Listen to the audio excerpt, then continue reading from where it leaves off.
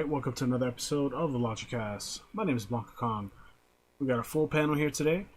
We got myself, Gunner Eos, Huddle Wolf, and Mr. Esoteric Skills. Today's, or this week's topic is going to be about Monster Hunter. GamesCom is going on right now in Germany, and they're showcasing a lot of Monster Hunter. And I know last week's episode was about the Monster Hunter weapon trailers, but now we have more to chew on. So we're going to kind of go through all of the notes that I've prepared, and then we're just going to talk about just, I guess, the biggest features that we're most excited for, or talk about things that we would like to see in addition to the things that Capcom has confirmed. So I'm going to quickly go through the list of things that I have written down, and then we can start discussing. So we have 5 confirmed monsters. Barahara, which is the sand snake. Doshuguma, which is like the Yeti bear guy. Chadacabra, which is the buff lizard thing. Ray Dao, which is the thunder wyvern. I'm assuming that's going to be the flagship monster, but we don't know yet. And Lala Barina, which is the rose spider thing with hands. Pretty cool design, I would say. Looking forward to fighting that one. Forgot about that one. So, in my notes, no particular order. This is just like things I've written down as I was watching the gameplay and listening to the commentators answer questions. So, Power Clash is the official name of the whole guard impact animation thing, and only guarded weapons can use that. So, longsword, lance, gun lance, heavy bow gun, etc. We can aggro monsters with something called the Lore Pod, which is like a reverse dung bomb, so we can pull aggro, and anybody with any weapon can use that. In addition to using your slinger to also... So your slinger can grab items from endemic life, or grab just, pebbles on the floor for various effects or whatever. You can also use a slinger to aggravate the monster to draw aggro. Spontaneous camp locations. So you can build your camp anywhere on the map, but there are fixed locations, but they're spread out, and you can kind of pick which one you want to build your camp at. And there's like dangerous camps and safe camps. The camps are also destructible, so they can be destroyed if they're in a dangerous area. Traps can be disarmed and picked up. Barrel bombs can be picked up and thrown at a target. Okay. Yeah, I don't think... Yeah. I guess Wolf saw it. Yep. There's a new feature called Optimal Health Recovery. So there's going to be an option for you to heal with the most efficient healing item in your current inventory. So that's going to be something that's pretty good in case you're not sure if you should waste a Mega Potion, but you want to be at full health. So you just use that option. It'll use maybe like a potion or an herb to kind of cover the health. Instead of you eyeballing your health bar and trying to figure it out, you could just use that, and you'll be healed basically by whatever makes the most sense. The game will figure it out for you. I don't know if I'm going to use that feature, but it's nice that it's there. Yeah. Now when monsters are felled or slayed, you can climb them and carve on top of them. You don't go through their body anymore, so that's not really like a big deal, but it's just kind of like a nice thing that doesn't break the immersion. Quest can be initiated by attacking a monster or open your interactive map and select a target. So you can simply go into the open field, attack a monster, and the quest begin. Done. Like, there's no getting the contract or anything like that. That still exists, but you don't have to do it that way. It's more seamless and freeform now. Endemic life will change with the environment, so you've noticed in past trailers the environment will change because of a sandstorm or something like that, or a thunderstorm.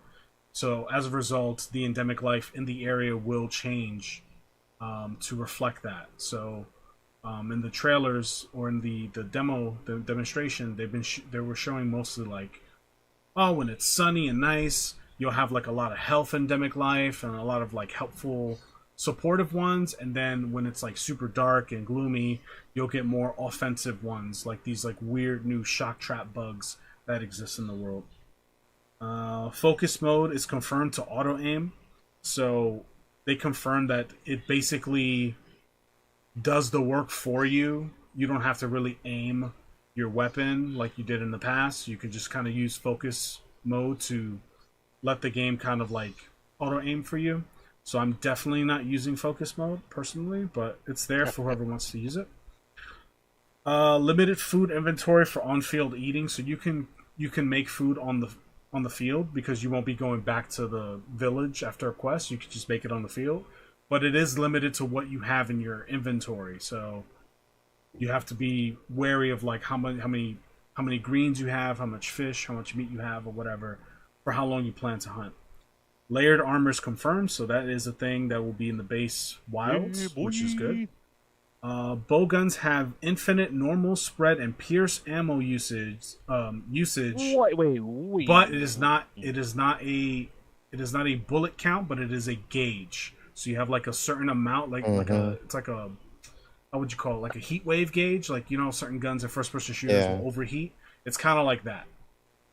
So, okay, real quick, I know you're going over the list before we get into the nitty gritty, but I gotta ask, did they say if it's just level 1? Do we even know if the leveling system The level system anymore? does exist, but it's tied to the weapon. So the weapon will have a fixed Pierce level 2, Pierce level 1, and it cannot be changed, from my understanding. And that's the trade-off.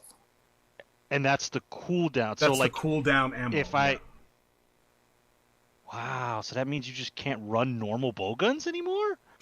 Nope. Not exactly. As far as those normal shots are concerned, from my understanding, again, we don't have the game yet, so we haven't done deep, but basically, just made me depressed. It's not like you can just run a fully dedicated Pierce set unless the gun is meant to do that.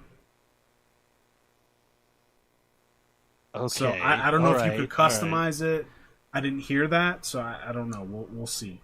I'd like to think there are skills that maybe give you more bar. Okay, anyway. They did say that skills will have an effect on how bowguns are played. So what that actually means, I don't know. Yeah, but right. That was like, I heard that, I was like, oh, I got to write that down because I know you're definitely going to be interested in hearing and understanding that more. And I plan to play heavy bowgun on the side, so like it's something I should know about as well. Bowgun element and status shots will still use the same system. So those shots will still exist as like you have to have the materials to make it, and they're going to be capped at whatever number that is. So I think it's like 60 bullets for elemental and like 9 cluster, 9 whatever. Like you already know the caps. Yeah, it changes per game, but yeah, it's this that thinking lines up. Yeah, there's something called the Dragonfire shot for bowguns. And it's something you have to build meter for. So it's like a super that you have to build up for. I don't know if you have to shoot specific kinds of bullets to build that meter, but it is like a Wyvern fire for bowguns. So that's a thing. Oh, okay. That used to be an ammo type. Funny enough. That's what I was gonna say. I imagine they took the ammo type away, the dragon shot ammo. Yeah. You can trade items with villagers, so there'll be villager traders, I guess, and you can trade item for items, which, okay, that's cool. Or is that during missions or at? From my understanding, it's when you're at the village, in the town. Okay. Or whatever. Tracking is back, like tracking the monster tracks, but it is optional. You don't have to do it. You only have to do it if it's like you're fighting this monster for the first time for like story purposes. You have to track. Waypoints are allowed anywhere, so you can open up the map and you could put a waypoint literally anywhere on the map and follow the waypoint. That's cool. Which I think is a nice quality of life change. Yeah. Almost done. Heavy bowgun will have the best range of all of the ranged weapons. So that's something that they confirmed. That's fair. Certain monsters run in packs and have to be lured away. So Doshugama was the main one that they were showing, where there's an alpha Doshugama and then like 2 or 3 other like smaller ones. And they roll in packs. So if you aggro one, they will all fight you. And you have to either actively fight them all or lure the one you want away from the pack. And you can use like endemic life, you can use traps, you can use a lure pod, you can use dumb bombs to like, do that, make that happen. How you do that is up to you. You can double up on the same weapon type. So it was confirmed a while ago that you can carry 2 weapons on a hunt. You can use 2 of the same weapon. So if you want 2 bowguns, you can do that. If you want 2 greatswords, you can do that. You can mix and match however you see fit. You can attack while mounted on your mount. So if you have a bowgun, especially, you can shoot while mounted and continue to ride along. which is pretty cool. And you can also propel your hunter forward and start a mounting attack if you have a melee weapon from your mount. Turf wars are back. They never really went away, but they kind of weren't too prevalent in Monster Hunter Rise and Sunbreak. Yeah, that game was way too fast paced for it to be. Yeah, but in this game they seem to be more prevalent than it was in Sun and Rise and Sunbreak. Similar to World and Iceborne. Multiple NPC hunters, so you'll have NPC hunters that you can call upon. You can also use the SOS flare to summon them to help you mid-hunt. Set bonus skills available in early armors, so you'll have set bonuses, and there are different set bonuses that aren't tied to a monster, but to a species of monster. So Raphlos is a Wyvern. Let's say there's a Wyvern armor set bonus, and you want it, then you only need one piece from Raphlos and maybe 2 pieces from Rathian, then you'll get the bonus as a result. Attack skills are attached to specific weapons, so weapons will have like certain skills attached to them, which is nice.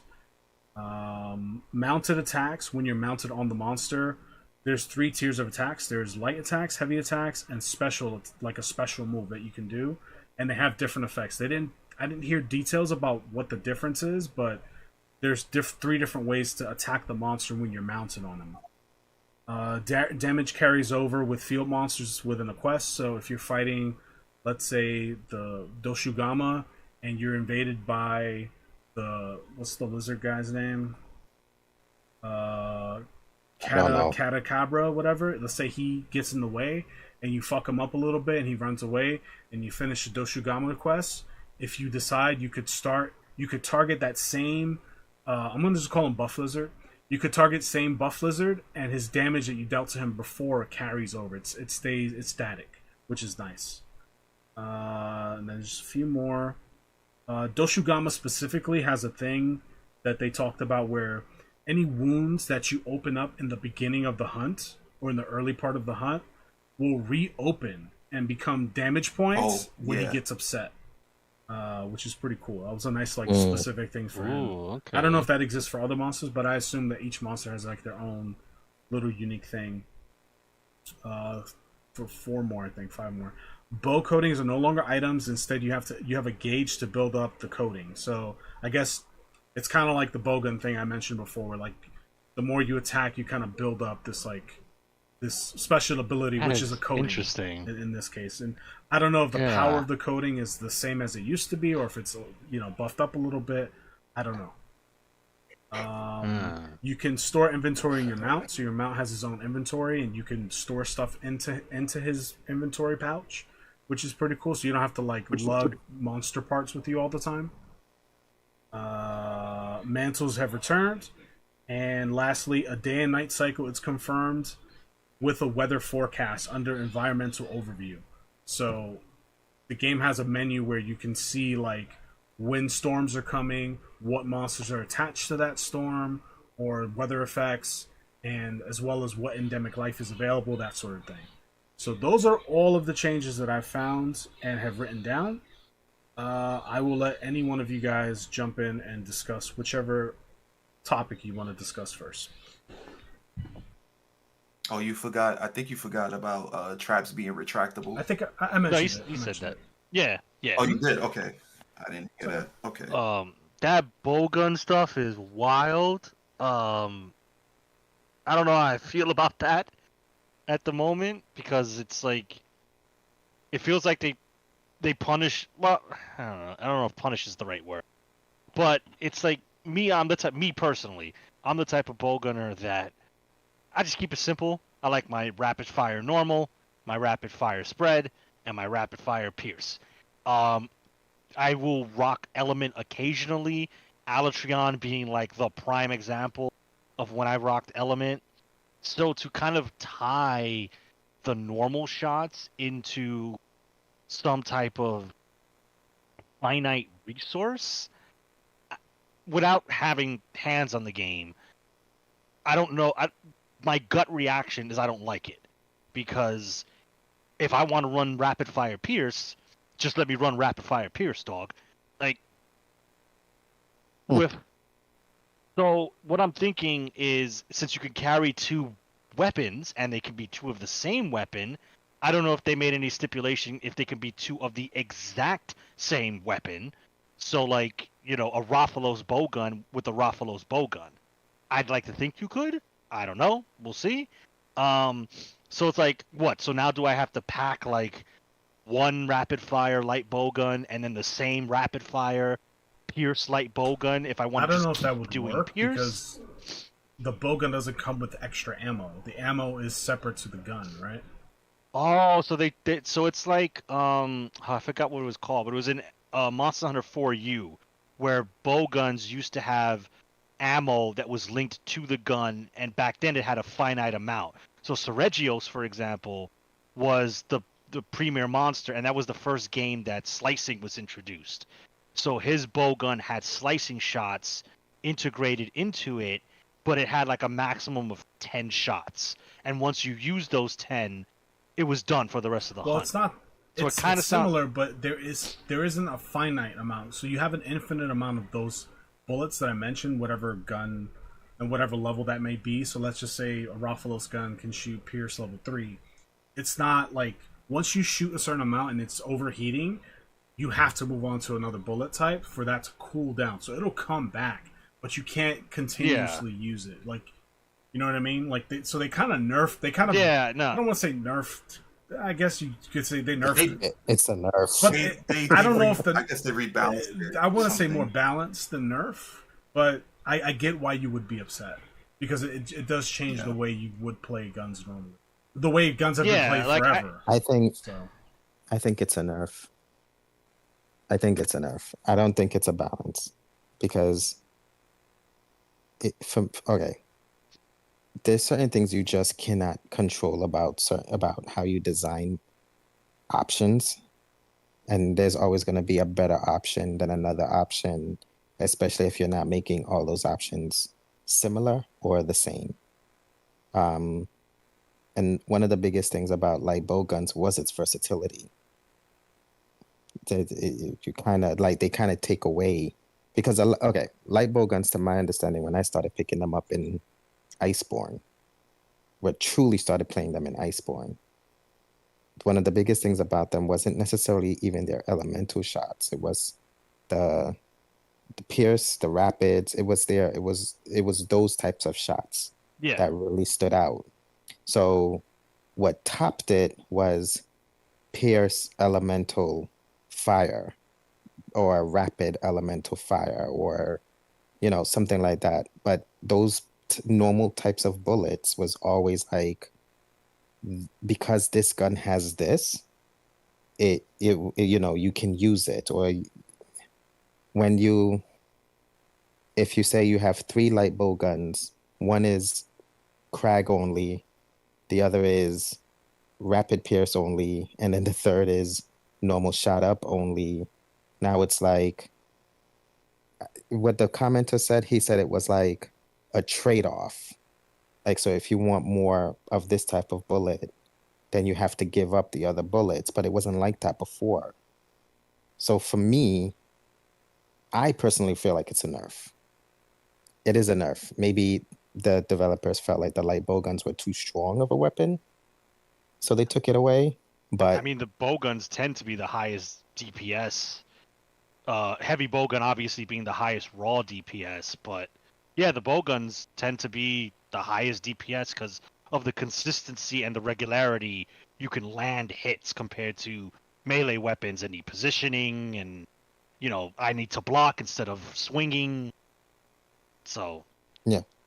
Well, I just want to get some clarification on this. So, because I haven't played any of the bow guns. So, with that particular bow gun, in prior Monster Hunter games, was it that it had one set bullet type that it initially came with the gun, and then from there you can customize it to the point where it's like, well, if you want different type of shots, you could just bring those items along with you, or I guess I'm not understanding the comparison between back then and now in terms of it being considered nerfed. So traditionally with bowguns, each bowgun would shoot, at least with light bowgun, each bowgun could rapid fire something. So a bowgun would rapid fire normal, it would rapid fire spread, it would rapid fire pierce, element, so on and so forth. So if you wanted a rapid fire bowgun, at this point you're comparing apples to apples. So it's like, you know, this Nargacuga gun, for example, could rapid fire pierce and also comes with natural 30% affinity. Whereas this bowgun can rapid fire normal. Or this can rapid fire pierce, but it has a higher base damage than Nargacuga's. So it's like, what do you want? Do you want the guaranteed 30% affinity to maybe get it to 100% affinity? Or do you want the higher raw DPS? That's like you, the hunter, kind of sitting down and figuring out what you wanted. But each gun could shoot every normal type, but it could rapid fire a different kind of bullet, and it also the gun's parameters would change, where it could rapid fire pierce 2, but it would deviate either normal or severe left right, or it would have like a high kick on rapid firing level 2. So you'd have to add skills to reduce the what do they call it? The recoil. You would have to add recoil up or down to reduce the recoil on the gun, so you can successfully fire rapid fire pierce 2s on that gun. And some guns would have different levels of recoil and deviation and whatnot. So it was like a lot of sitting down and finding best rapid fire anything gun. So that's how guns used to work now. Okay. If that made sense. It's just yeah, it kind of sorta.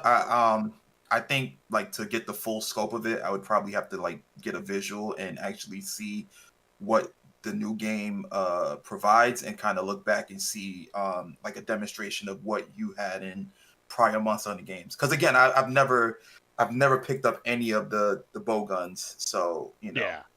So for now, my understanding of the way this new system works is I have to pick up X bowgun from X monster, and it will come with level 2 pierce, which traditionally, maybe that's changed as well, level 2 is the best one because it doesn't hit as hard as level 3s, but it usually came in higher ammo capacities, and its recoil was less, which is now defunct knowledge because there is no ammo capacity for the normal shots anymore. From my understanding, it is a resource bar that you have. So now I guess I'm looking for a bowgun that does rapid fire level 2 pierce. So I have to find that bowgun and now know that once that resource exhausts, I have to have another ammo type ready to go until that rapid fire comes back. Now, could there be skills that reduce the bar for every shot? Could there be skills that give you infinite bar? Could there be skills that reduce the cooldown? That's possible. I'm not gonna. So I get what Wolf is saying about it being a nerf, and I do have to agree with him. But maybe there's like a way via skills that you can mitigate the nerf, and it's like kind of the developer's way of saying, well, if you want old bowgun, you're gonna have to work for it now. Okay, I understand where you're coming from. I was under the assumption that if you weren't firing as often, or I rather should say that you not being able to utilize that ammo was contingent upon if you pass that bar threshold. So it's kind of like I'm thinking like as BlankaKong was speaking, FPS games, right, where you'd have like a Gatling gun, right, and then you would fire. And then there's a bar for the cooldown, and then you would stop firing, and then that cooldown, the bar will lower itself. As opposed to like if you kept firing and then you pass that threshold, it overheats, and then you have to like wait a certain amount of time. But in this particular case, you would have to switch bullets in order for the cooldown to take effect once you pass that bar threshold. Yeah, that's what it my sounds assumption. Like. So which means I don't know because. Yeah. Again, they would talk about it. It was like a question and answer, but it wasn't something that they specifically demonstrated with like, this is how it works. This is what the bar looks like. You know, like a lot of it was like blocked by like face cams and stuff like that. So it's like hard to say. Yeah. but they did mention that like these ammo types are infinite in the sense that you can use them all hunt long, and there's no like 60 bullet cap or whatever. However, there is like a gauge. That's the word that they use, a gauge that limits like how often you can use it. So does the gauge reset after you switch ammo types? I don't know. Does the gauge reset if you switch ammo types? Like if let's say if you stop shooting this ammo type, does it go down over time? Or do you have to shoot a certain amount of a different kind of bullet to lower the gauge of that bullet, right? Like I don't know how it's measured and how it's actually going to work. We don't know that yet. Okay, okay, because I'm thinking, I'm speculating that it's based upon bar management because it's the normal shot for your weapon, right? So depending upon the different, like let's say you're fighting a monster where you're not really carrying any other type of ammo. It could just be that you have to monitor the bar or whatever they however they demonstrate the gauge or whatnot. So you just fire it a couple of times. You have to wait a little while, and then it goes down a little bit, kind of like traditional shooters or like traditional heavy guns where they incorporate that that mechanic. And maybe it's not as bad, right? Maybe it's like I'm rapid firing Pierce, and then Pierce is on cooldown, so I switch to normal, and I start rapid firing normal. Maybe they got rid of the ammo type buffs anymore. Maybe there's just a general normal ammo type up instead of normal spread Pierce. Mm-hmm. Maybe that's a thing. Like we don't know. That's like when we get the game and we see skills. So that's just me speculating. No, that makes sense. If that's the case, you could just like it. It would be annoying because I'm set in my ways. So that's kind of where I'm coming from. It's like, oh man, I like my Pierce. Don't take my Pierce away. But maybe it's just like you could be a general normal shot user now with like your normal shot up skill, and then once Pierce is on cooldown, I switch to normal. Once normal's on cooldown, I switch to spread. So it's like a rotation of shots instead of just like, well, you're out of Pierce. I don't know, sit and spin until it recharges. So maybe it's like that, and if it's like that, or it can be made like that, then I'm a little bit more okay with it. I'm still disgruntled about like basically being told I can't be a your shot or a normal bullet type main anymore. But I don't know. Maybe that's a thing you can do. In that case, I can. I don't know. It could also be it. that the other bullets are still available, and there are certain ones that are infinite with the gauge system. But you know, Pierce level 3 and Pierce level 1, you could just equip normally if the gun can shoot it, right? Like that's possible too. Maybe. I don't right? know. Yeah. Yeah.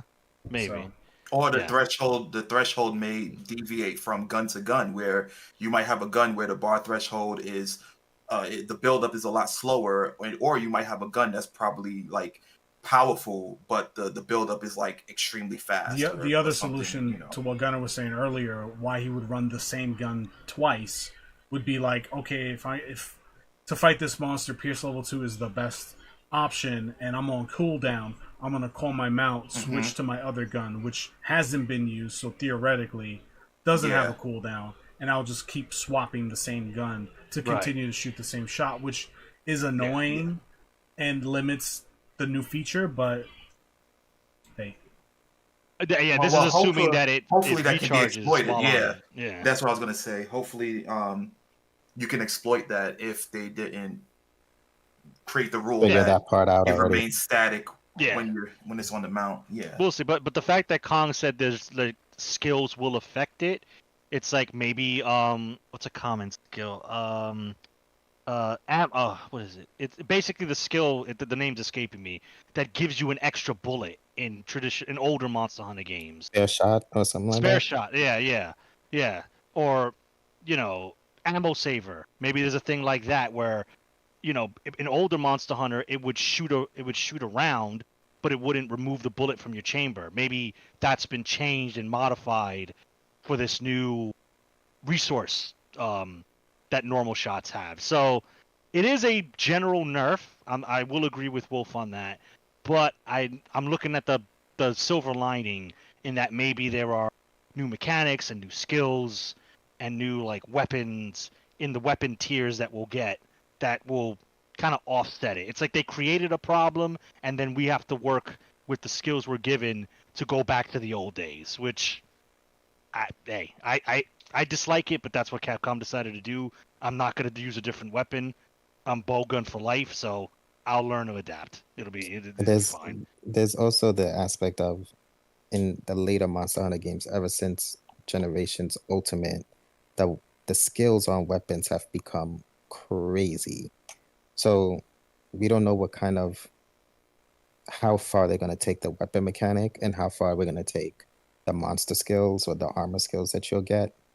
And it may there may be a monster in there or skills in the game where it just completely just negates that weakness or that change altogether. So yeah, so you could look at it like that too. Yeah, I'm not singing doom and gloom yet, but it is a very substantial change to the way normal shots on bowguns work. Like, I know this has become the bowgun podcast, so I'm gonna leave it here and we'll talk about the other changes or the other things we've noticed. But that's pretty huge for like gunners. Like that's a big deal. I imagine we're each gonna take a little bit long. We would each take a little bit longer on the weapon that we care about the most. It's fine. Yeah, well, yeah, true. Anything else we want to point out on? It blew my mind that you can throw large barrel bombs. Yeah, when Kong said that, I was like, yeah, I missed that. I didn't see that, but that is absolutely a game changer. So what would happen? At least the way they showed, I don't know if you could pick it up and put it back.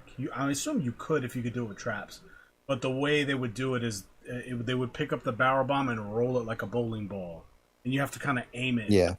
To hit the target. You have a set amount of time though. You can't hold on to it. Wait, so you can't actually throw it like it's a giant barrel bomb. Like the size is still the same or bigger. So physically speaking, like you wouldn't be able to throw something. You ain't like shooting that. 3-pointers from. Well, listen. You know, in previous Monster Hunters, and I'm pretty sure this is going to happen with this one too. Hunters are jumping from mountains and landing unscathed. Sure. So it's not far fetched for them to be able to hurl a freaking bomb. They roll it like a bowling ball. That's the animation they gave us. So that's what we got. So watch out if that raptor gets in your way, because you're gonna be in for a bad time. Because I was hoping that you could utilize the large barrel bombs if you hurled it, that you can throw it at certain monster points like Diablo's horn or whatever, and have a better chance of breaking it because you have a more precise. Do that, but not in the way that you're thinking. To do something like that, you would have to get Diablos down, or put them in a trap or something like that, and probably with a group all right, guys, bomb his face or whatever, and everybody would have to be synced, and their aim would have to be on point for that to happen. So. Well, yeah, but I'm just saying, just to it's not like throwing a baseball where you have extreme accuracy and you can target something specifically. Nah, it doesn't work that way. Oh no! I wasn't expecting that. I was expecting more based upon the trajectory. If you're hurling it, it has a little curvature, and you have to time it properly in order to hit the monster. But if you're rolling it, that's fine too. The fact that you're able to even do that, it's pretty cool. You know what's gonna be funny though is if we're playing with randoms and you're fighting the Diablos, and you just see this bomb just roll from off screen because someone thinks it's a good idea. I'm a bomb main. That's my build. I roll bombs. It's gonna happen. It's gonna be something. It's gonna be you get kicked. Oh my god. I overall I think it's a really cool mechanic to have. I don't think it's gonna change the game. I don't think everybody's gonna start running Bombardier, but I think it's a really cool mechanic. You can keep your distance and still plant the bomb or kick the bomb over to the monster. Yeah, no, I dig it. Yeah.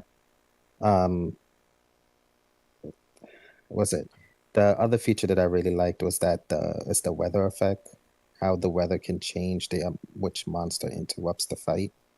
I do like that. I'm not gonna lie to you. In Iceborne, I got really annoyed of every time the fight gets interrupted, it was B-52. And I so hopefully with this, there's more diversity in Hey. in the monsters that we get to see that interrupts the fights based on the weather. Looking forward to that. And if it's gonna be based on weather, I expect to see Kushila Dawa there I'd at like some to point. think. Right. Right.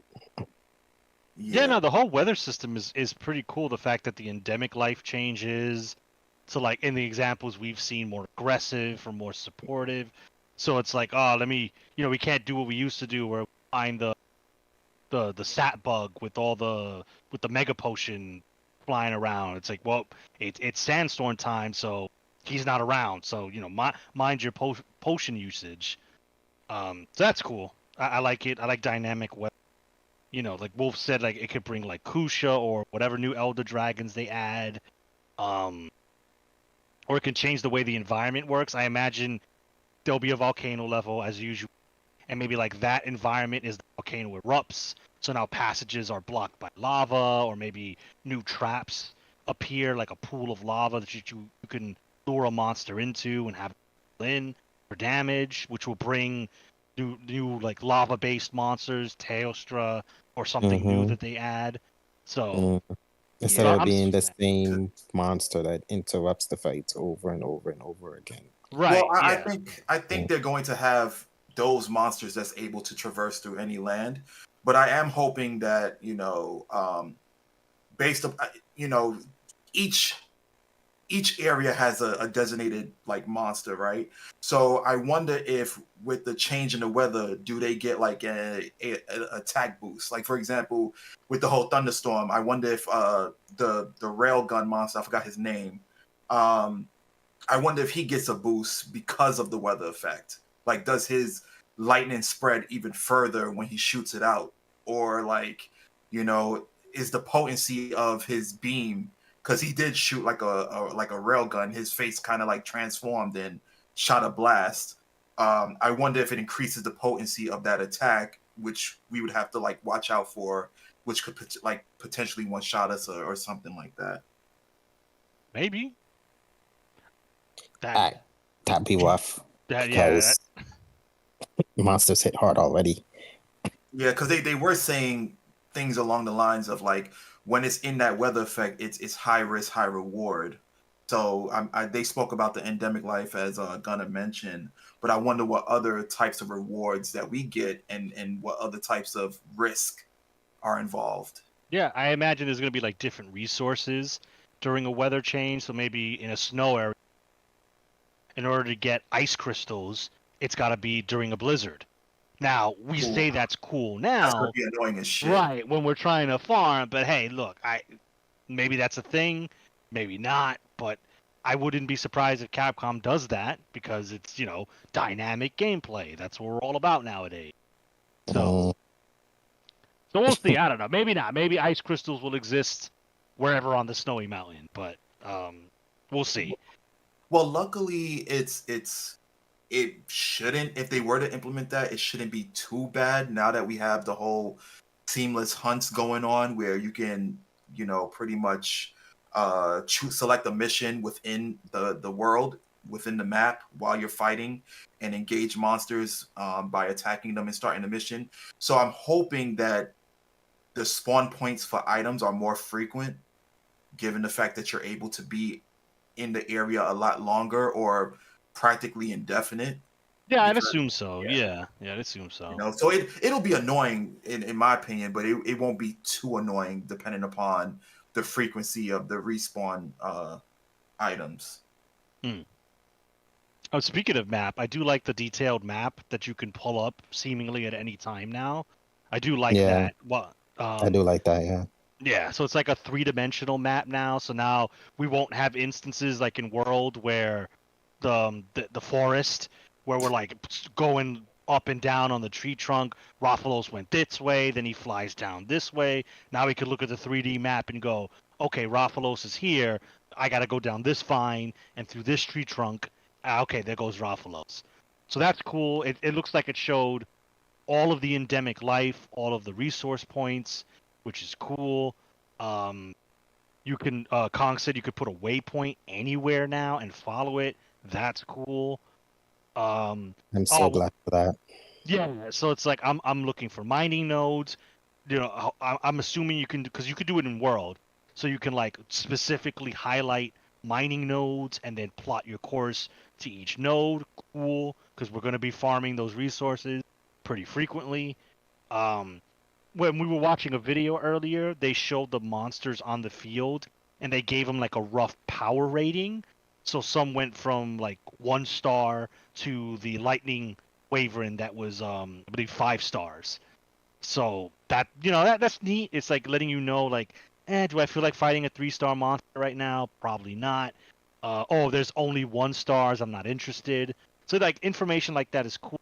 It also showed um it showed like their parts.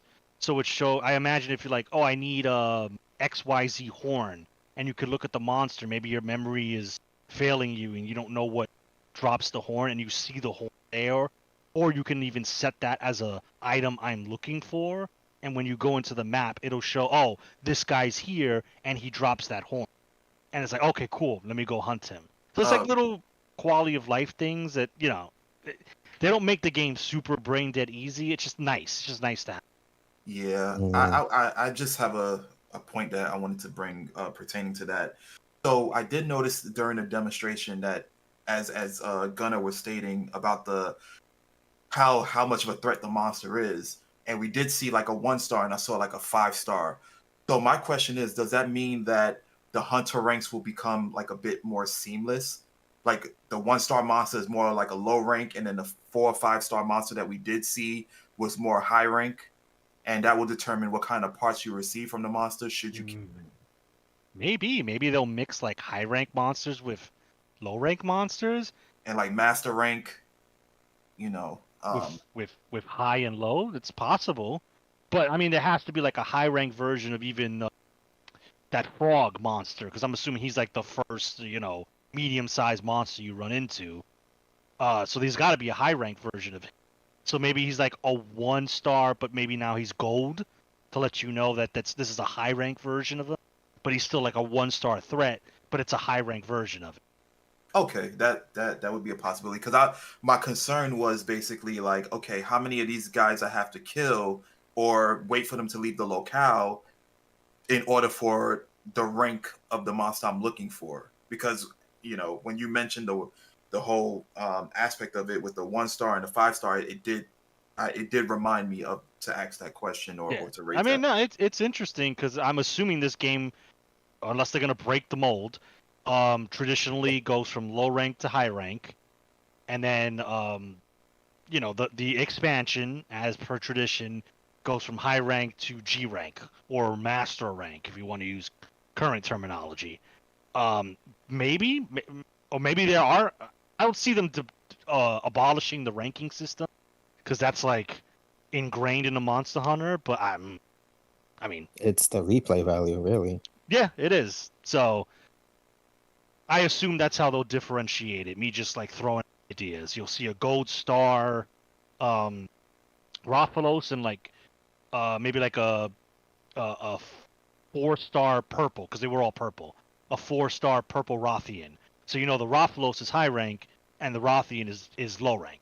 So I'm not interested in the Rothian. I'll go after the Rathalos. I'd assume.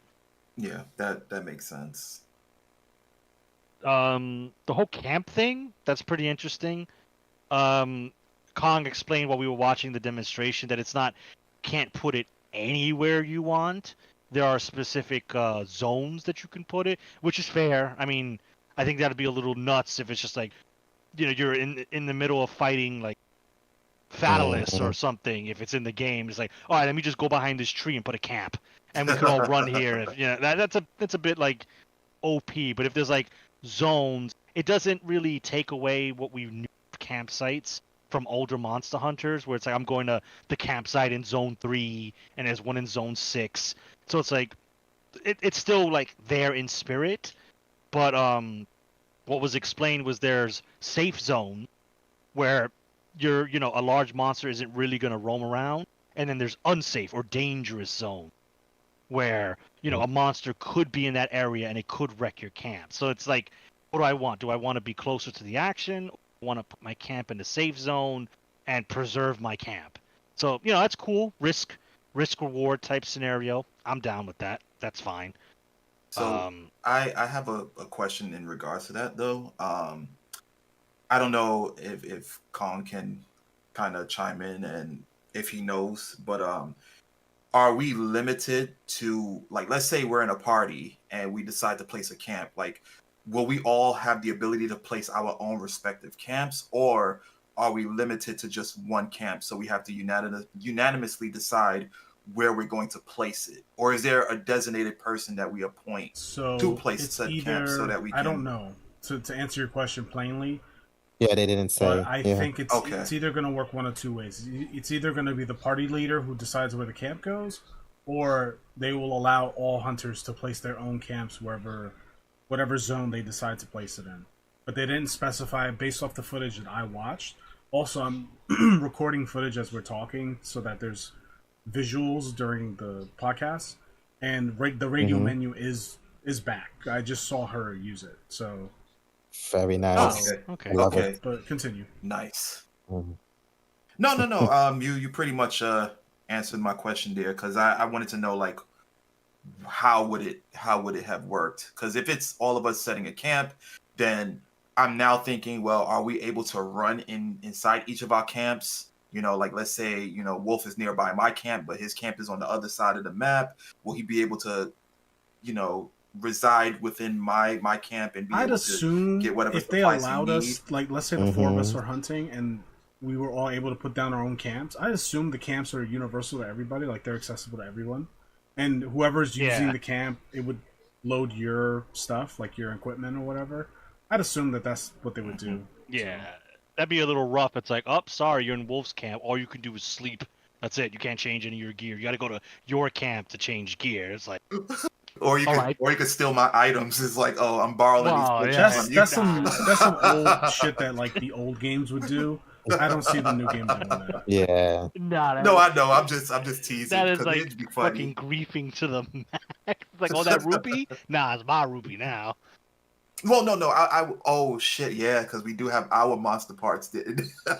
Up. That'd be crazy. Scumbag Hunter 69 disconnects. Whoa, I don't know what happened. My Wi-Fi.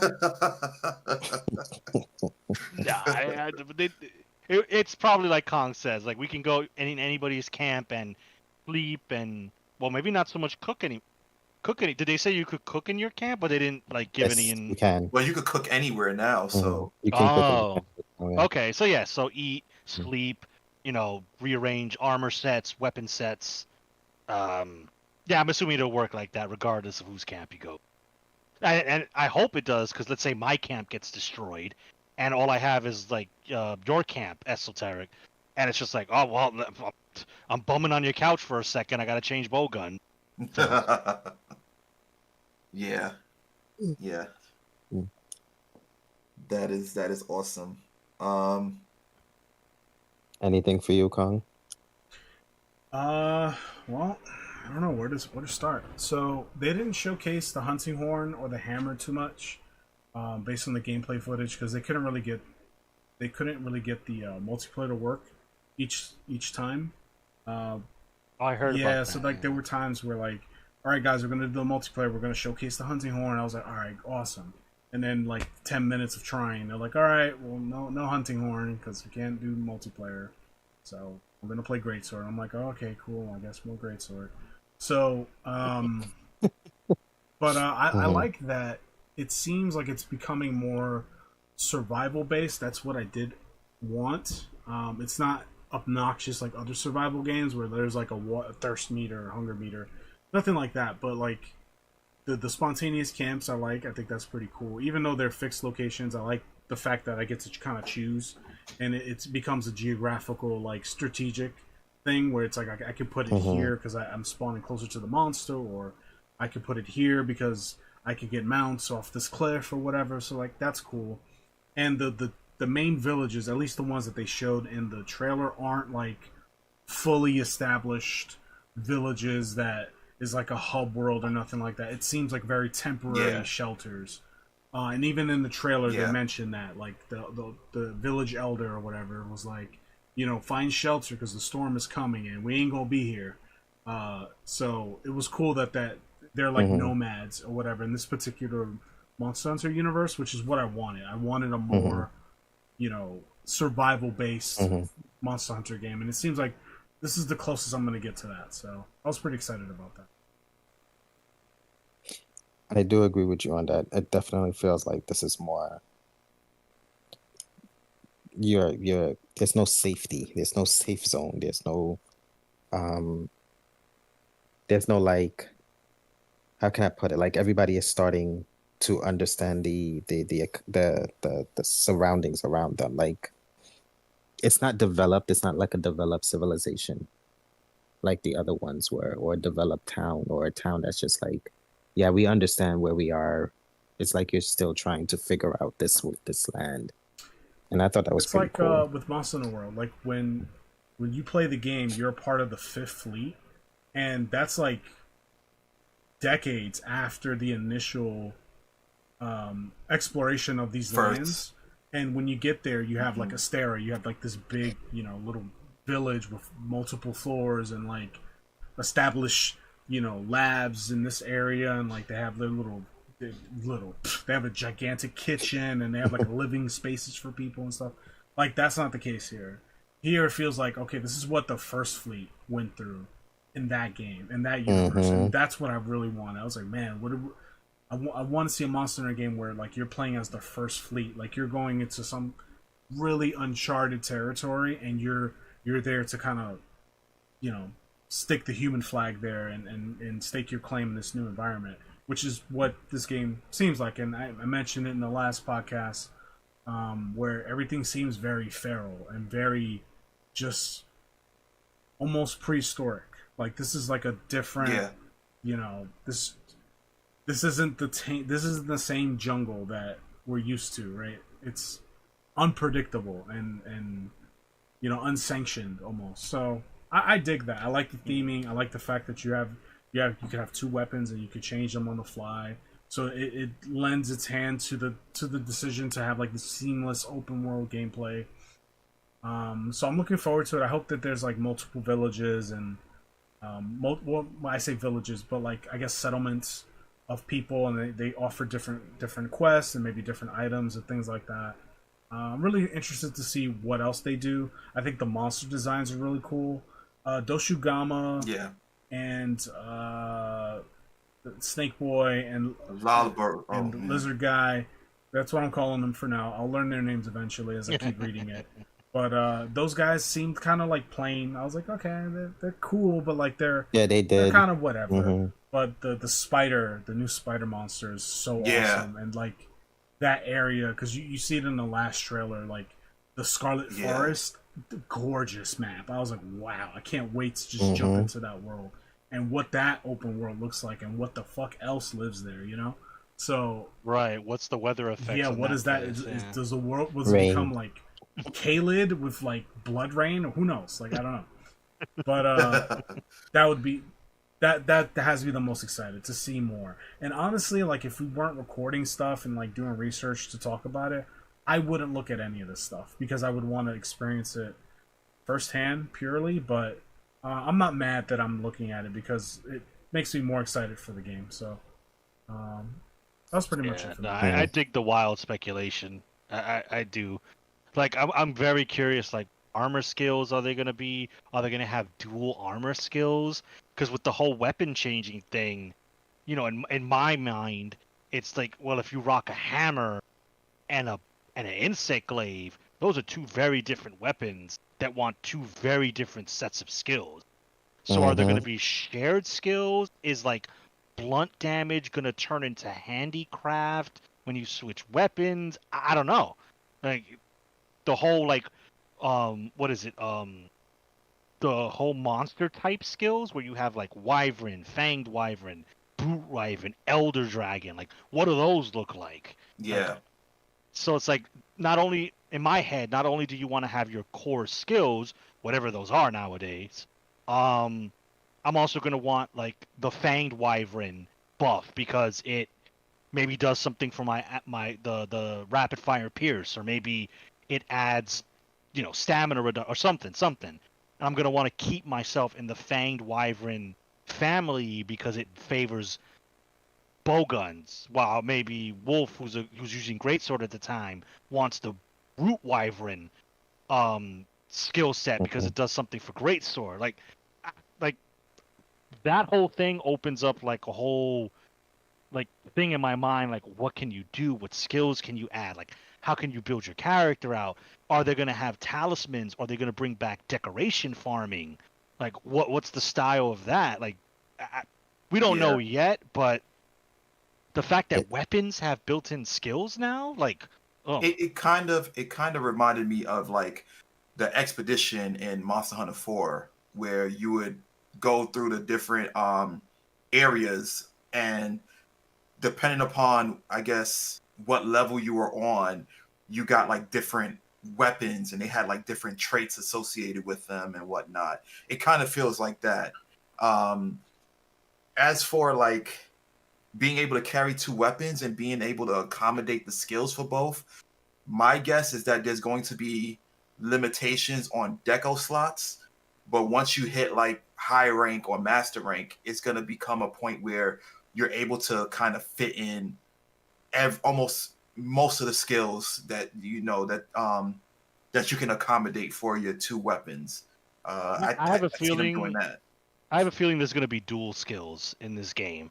I have a feeling I think so too. There's going to be like blunt / blade, or normal / pierce, or like things that kind of foster the whole weapon switching thing, so it's not like a huge debuff when you switch out your weapon. I have a funny feeling they're going to add some type of that's going to be the skill. species bonuses. Oh. Like if you need a skill from Rathalos, like Rathalos armor is known to have like attack up, right? You want attack up, but you need, I don't know, something from another flying wyvern that has something specific to bowgun. Like you can wear enough Rathalos pieces to have the attack up, and then have also the skills that you need from this other species that happens to share the same species as Rathalos to get that skill. And then you could fit in, like with let's say you have the legs and the arms left, then you can fit in armor skills that complement your secondary weapon. That way you could kind of have like a little bit of everything. So I don't know. That's my assumption. I don't know, but it's interesting for sure. I mean, it's just fun to theory craft. I mean, what I do love about that implement is not only the fact that you'll be able to carry more skills with you. You're not subjected to just having a particular ailment or being susceptible to a status ailment, right? Like let's say Rathalos is weak to thunder or whatever, and you're fighting a monster that's like thunder elemental base. You can swap out for another wyvern part that's probably stronger, or that has an affinity against lightning to give you better resistance. So that's another aspect I think is pretty cool about being able to maintain the. I'm very curious about this whole new skill system that's coming into the game. And since we've been talking about it, the whole weapon switching, I do like the fact that the lizard, that's his official name. Okay, yeah. That like it seems very seamless. Like they've made a big point of stressing that if you're knocked down, you can call it. It'll come and pick you up and get you out of there. It hangs out in the area when you jump off of it. It doesn't immediately vanish. It'll kind of like hang back. It doesn't look like it fights with you. I didn't see combat coming from it. The Palico was obviously doing its Palico thing, but so it doesn't seem, at least this iteration at the moment, doesn't seem combat focused. Maybe that changes down the line, I don't know. But from a purely like mode of transport, it seems they took the Palamutes from Rise and like revamped the entire system, where the Palamutes were cool in the beginning, but because we had fucking Spider-Man webs, they became kind of obsolete because I could just fly everywhere. But now that we're grounded, like this thing is like there, it could pick you up, you can hop on it if you need a quick escape, you can fight from it. So I do like, because I like the idea of Palamutes. It's just the game. The silk vines kind of made them null and void in a way. Yeah. Which I felt bad because they were like, it's a cool idea. So I'm glad they brought it back, revamped it, and it seems very seamless. It's not. I whistle and the thing takes 3 seconds, 5 seconds to come out. I whistle, and because it was in the area or like in the immediate zone, it immediately runs to you. I don't have to press a button. It looked like you didn't have to press a button to mount it. It'll just automatic. Your hunter will automatically mount it, and you're on it now. And then you can jump off and get a mounting attack from it. Jump off and get into combat. So I dig it. I'm like, it looks like it's a high incentive to use it, and I hope it stays that way through the course of the game. And it looks pretty integral to this game's design, so I think it will, which is cool. Because I like the idea of Palamutes. They were cool.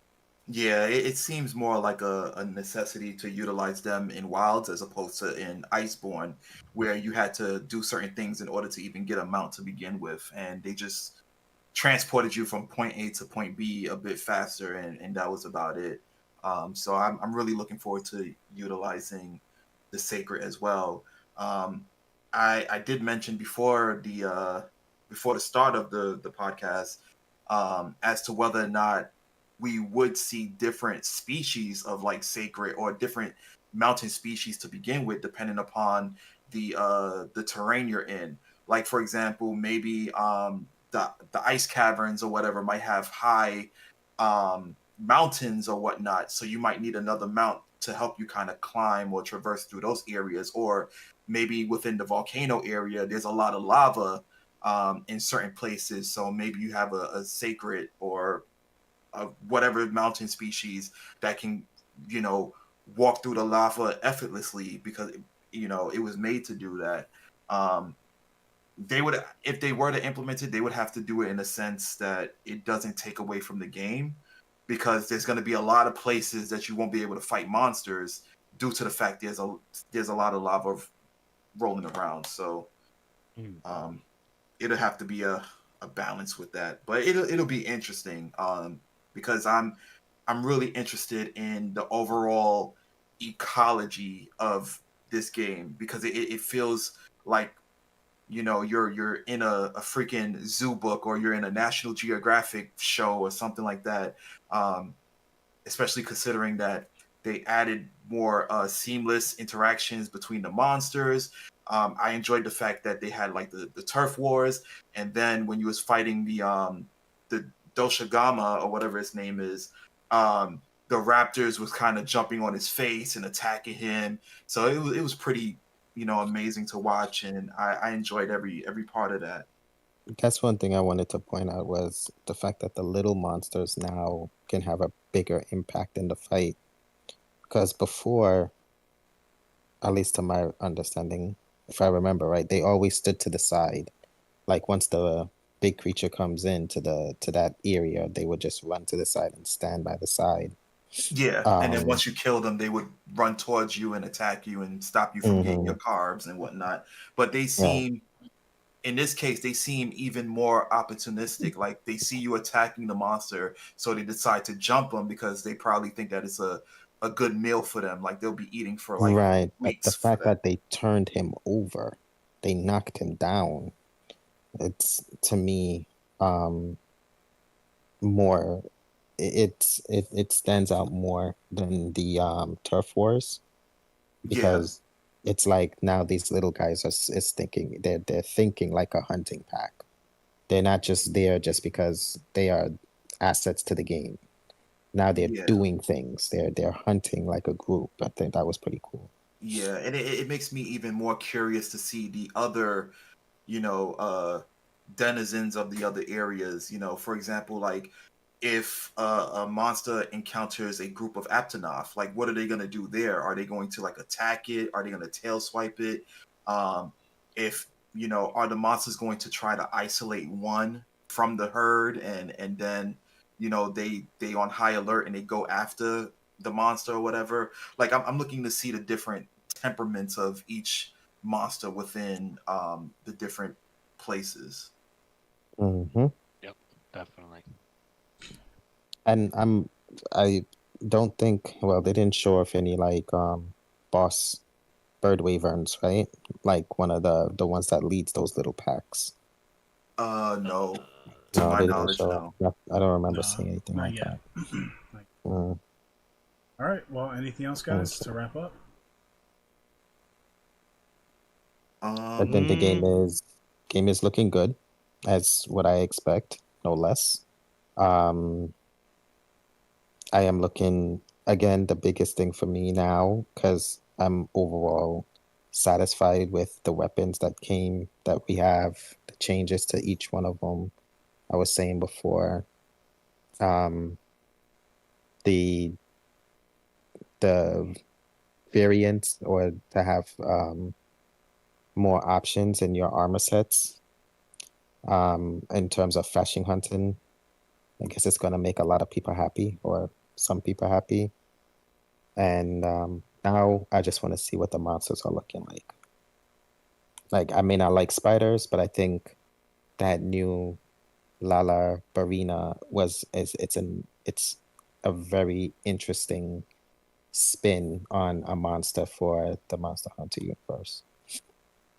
Yeah, it had claws. I was like, holy shit! Like it has My eyes it has widened. claws. It has 8 legs and it has claws. Like, oh my Yeah, god, but I was less in awe about that and more in awe about the freaking rose when it sprouted on its back. I was like, this is beautiful. I've always liked the arachnids in Monster Hunter because they're spread far and wide between each one. But I would say every one of them looked pretty cool. Nurse Cecilia looked cool. This one looks cool. Um, who else did they have? Ragnar Kadaki. Yeah, Ragnar Kadaki. Like the spider monsters get justice in terms of the aesthetic for me.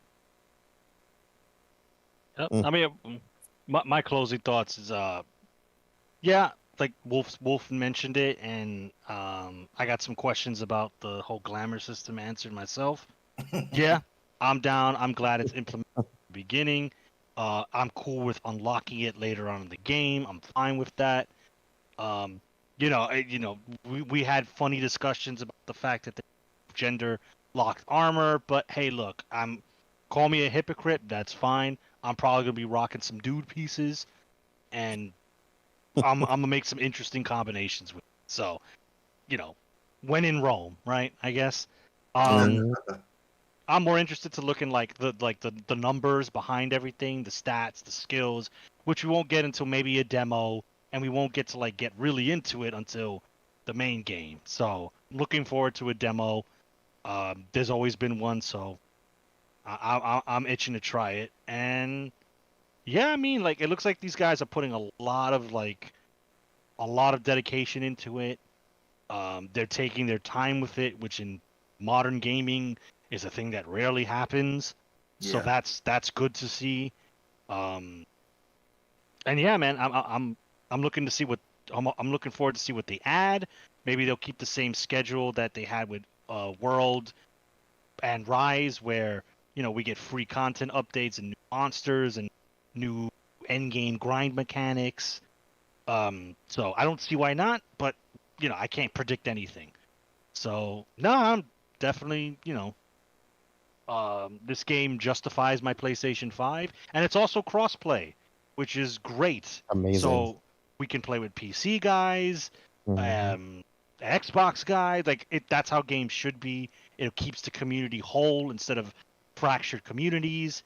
And if I see a guy rocking a charm with the best stats, I know he's cheating. So, yeah, looking forward to the game, and more Monster Hunter is always a good thing.